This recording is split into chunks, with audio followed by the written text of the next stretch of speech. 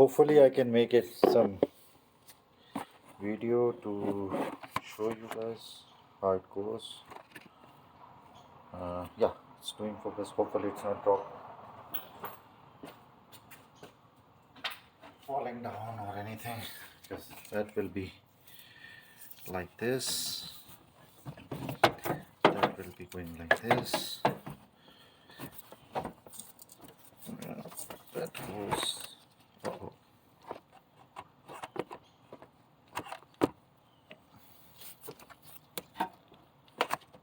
Yep, still. Then twist it over here a little bit. Let's go down. Yep. Okay. So, oops, yes. Goes over here.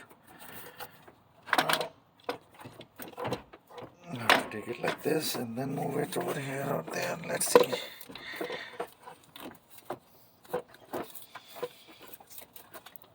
This is critical position. Yep, and then like this, it will go in eventually.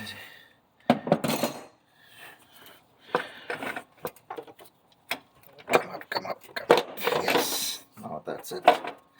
Hopefully I get it on the camera. So this bolt, I just keep it a little bit loose. I mean, it's snug, but it's not too much tight over here. And then that's how it's. This one, upper one. This one, where it is.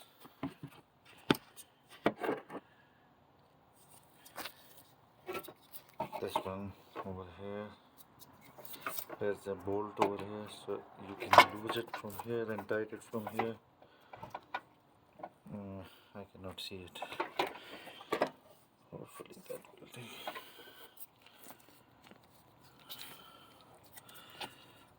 This is how this bolt, after fixing this one, tightened this one as well. So both are 12 millimeter and low one is 14 millimeter. These are 14 millimeter. This one, this is 10 on the top, and this is 12 millimeter. The rest of the story is vice versa. Making a loose on the belt, push it towards